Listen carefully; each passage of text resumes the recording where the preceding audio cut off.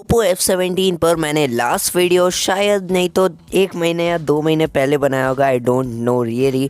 But मैंने जिस तरह से आपको फैक्ट्स प्रेजेंट किए थे ओप्पो A53 वाले वीडियो में, कुछ उसी तरह से थोड़े और नए ट्विस्ट के साथ इस वीडियो में बात करेंगे कि आखिर ओप्पो F17 स्मार्टफोन ने ColorOS 11 का बीटा वर्जन साथ साथ स्टेबल वर्जन कब तक आने का प्लान है एंड अभी तक क्यों नहीं आया उसका भी हम एनालिसिस करने वाले हैं। सो वीडियो काफ़ी ज़्यादा कमाल का है, जैसा कि मैं हमेशा कहता हूँ कि मज़ा आएगा, देखते रहिए।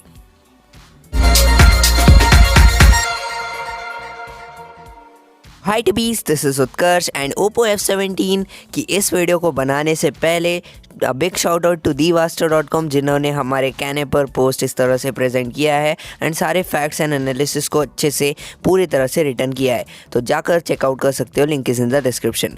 फिलहाल बात करते हैं ओप्पो F17 स्मार्टफोन के बारे में। जैसा आपको पता है सितंबर 2020 में ये F17 सीरीज़ लॉन्च हुई थी, अभी तो F19 भी आ चुका है।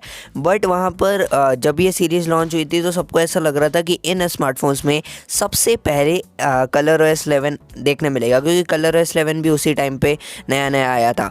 अब लेकिन लोगों ने बड़ा ज़्यादा इससे डिमांड कर लिया, जितना ये मतलब रिवर्ट दे नहीं पाया। F17 Pro खैर सबसे पहला स्मार्टफोन बना था जिसमें ColorOS 11 का स्टेबल वर्जन आया था एंड साथ साथ बीटा भी।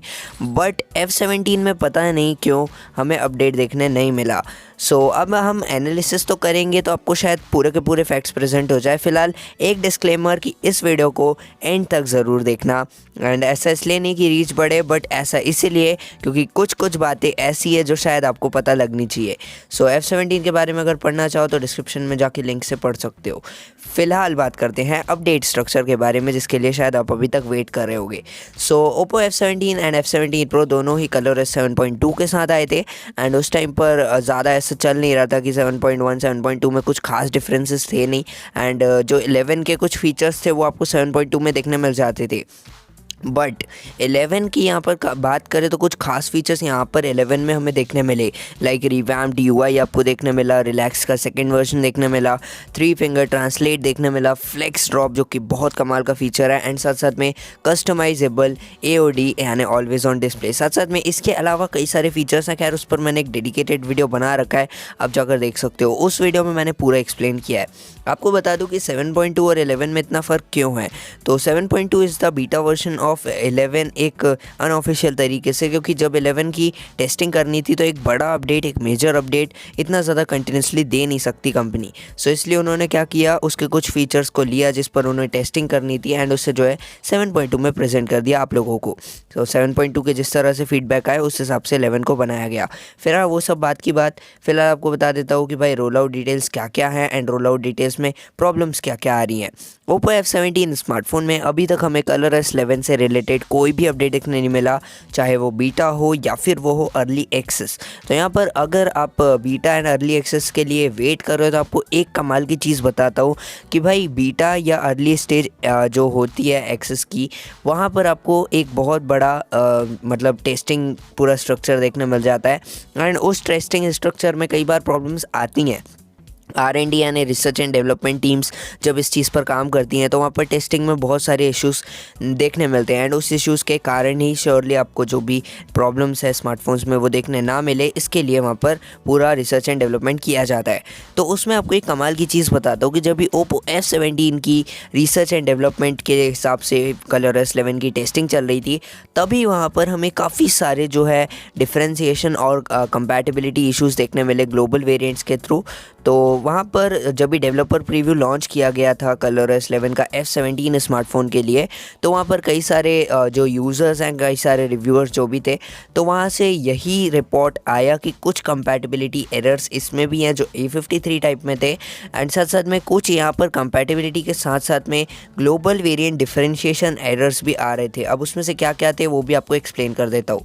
सबसे पहला और सबसे इम्पॉर्टेंट माइक्रोफोन कंपैटिबिलिटी एरर्स देखने मिल रहे थे एंड ये जो एरर्स होते हैं इस चीज़ का आपको शायद इतना ज़्यादा नॉलेज ना हो, बट जिस तरह से आपको पता है कि माइक एक नहीं होता, डुअल स्टीरियो माइक्रोफोन होता है जो कि मोनो पे भी काम करता है और स्टीरियो पे भी करता है, फ़ोन कॉल के टाइम पर भी और साथ साथ वीडियो कॉल के टाइम पर भी। तो वहाँ पर जो कंपैटिबिलिटी थी ColorOS 11 के थ्रू अलग से थी, तो वो यहाँ पर मिक्स मैच हो रही थी और इस कारण से एरर्स आ रहे थे। सिमिलरली जो आपका पूरा प्रोसेसर और चिपसेट का चैसी होता है, उस चैसी में जो है पावर सप्लाई होती है, एंड वो पावर सप्लाई आपकी बैटरी के थ्रू होती है ऑब्वियसली। बट वो जो बैटरी है वो उस पर पावर सप्लाई नहीं दे पा रही थी। कुछ कुछ ऐसे पार्ट्स थे ऑफ द प्रोसेसर जहाँ पर पावर सप्लाई नहीं जा रही थी, जिसके कारण कई सारे फीचर्स काम नहीं कर रहे थे। जीपीयू कॉन्फ़िगरेशन के बारे में आपने मेरे पिछले वीडियो में जाना होगा, जहाँ पर मैंने आपको क्लियरली एक्सप्लेन किया था कि जीपीयू जो होता है वो सीपीयू का एक पार्ट होता है, एंड साथ साथ चिपसेट में एक बहुत इंपॉर्टेंट सेगमेंट है। तो वहाँ पर जब आप जीपीयू को यूज़ करते हो तो उसके साथ में कॉन्फ़िगरेशन आपको चाहिए पड़ता है सॉफ्टवेयर का, तभी आपका स्मार्टफोन अच्छे से रन कर पाता है। बट कॉन्फ़िगरेशन इश्यूज़ कुछ इस तरह से आ रहे थे कि आपके जीपीयू तक में पता नहीं कैसे, बट सॉफ्टवेयर पे जो भी कंट्रोल पहुँचते हैं जीपीयू के वो नहीं पहुँच पा रहे थे, जिसके कारण ये कुछ कॉन्फ़िगरेशन एरर्स भी हमें देखने मिले। सिमिलरली आपको डेटा वाइपिंग के बारे में पता होगा कि आप जब अपडेट करते हो तो डेटा लॉस हो जाता है कई बार अपडेट्स के थ्रू। बट यहाँ पर एक बहुत बड़ा इशू देखने मिला, प्रीव्यू जो आया था डेवलपर R&D प्रीव्यू, उसमें हमें देखने मिला कि जो डेटा है वो अपने आप वाइप तो हो ही रहा है, बट इन ऑल केसेस ये भी देखने मिला कि जब स्मार्टफोन में अपडेट अच्छे से इंस्टॉल हो जाता है उसके बाद भी डेटा वाइप हो रहा है। तो ये चीज़ थोड़ी सी सीवियर है, किसी का भी डेटा लॉस हो सकता है, इसलिए इस अपडेट को शायद रोका गया। उसके अलावा बाकी कुछ जो फीचर्स थे जिनके कारण प्रॉब्लम आ रही टेस्टिंग में, वो थे भाई कस्टमाइजेशन और एज लाइटिंग के इशूज़, साथ साथ में स्पीकर ड्राइवर कॉम्पिलेशन के इशूज़, और उसके अलावा जो चार्जिंग एनिमेशन एरर्स हैं वो। चार्जिंग एनिमेशन एरर का एक बहुत ज़्यादा स्वीट एंड सिंपल एग्जांपल देता हूँ कि आपको पता है पावर सप्लाई ढंग से नहीं मिल रही थी, तो पावर सप्लाई चेंज जो होती है वो पूरी तरह से कनेक्टेड होती है चार्जिंग के सॉकेट पे, एंड चार्जिंग सॉकेट जब पावर सप्लाई वहाँ पर जाती है तो वो बैटरी के थ्रू बाकी सारी चीज़ों में जाती है। तो इसी कारण से एनिमेशन नहीं बदल रहा था। ये भी इशू मैंने आपका थोड़ा सा रिजॉल्व कर दिया होगा। अब बात करते हैं टेस्टिंग बग्स की। तो टेस्टिंग बग्स जो होते हैं वो थोड़े से अलग होते हैं, जैसे आपको पता है मैंने अभी कंपैटिबिलिटी एरर्स के बारे में, तो एरर्स के साथ साथ में कुछ टेस्टिंग बग्स भी आते हैं जो कि आप लोगों तक पहुंच जाते हैं। तो ColorOS 7.2 के टाइम पर कई सारे OTS में ये सारी प्रॉब्लम्स को फिक्स किया गया था, जिसमें आपको F17 स्मार्टफोन में हीटिंग ट्रिगर इशूज़ को फिक्स कर दिया गया, साथ साथ में बैटरी कंजम्पशन को बिल्कुल से फिक्स कर दिया गया, जो भी ड्रेनेज वगैरह के इशूज़ आ रहे थे। उसके अलावा जो पर्सनलाइजेशन और कस्टमाइजेशन प्रॉब्लम्स थी उसको भी यहाँ पर रिजॉल्व कर दिया गया। और आइकन पैक एरर्स, जैसा मैंने आपको बताया था जब रिव्यू किया था मैंने उस अपडेट का, तो तभी उस चीज़ को भी रिजॉल्व कर दिया गया था।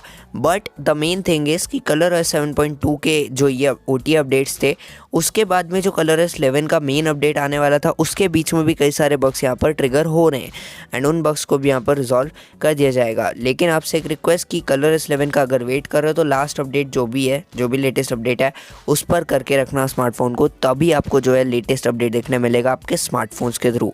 और ये चीज़ मैंने आपको इसलिए बताई क्योंकि ये काफ़ी इंपॉर्टेंट पार्ट हो जाता है। फाइनली बढ़ते हैं उस इन्फॉर्मेशन पे जिसके लिए आप लोग वीडियो को यहाँ तक देख रहे हो।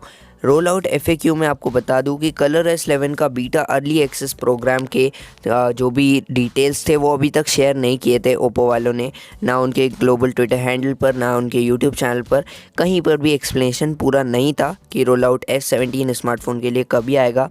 बट यहाँ पर एक एक्सपर्टाइज एनालिसिस के थ्रू मैं आपको बताना चाहूँगा कि Q2 2021 से लेकर Q3 2021 के बीच में आपको अपडेट देखने मिल सकता है ColorOS 11 का, बीटा का, और उसके पहले ही आपको अर्ली एक्सेस भी देखने मिल जाएगी अपडेट की। तो इसीलिए आप लोगों को बता दूं ये इसका एनालिसिस हमने कैसे किया।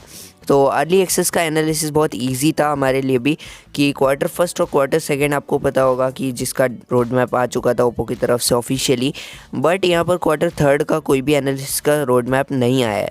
इससे आप एक अंदाज़ा लगा सकते हो कि Q1 और 2 में तो अपडेट आने से रहा। फर्स्ट तो खैर निकल ही गया, सेकेंड स्टार्ट हो चुका है, तो फर्स्ट और सेकेंड में तो ऑब्वियसली आने से रहा।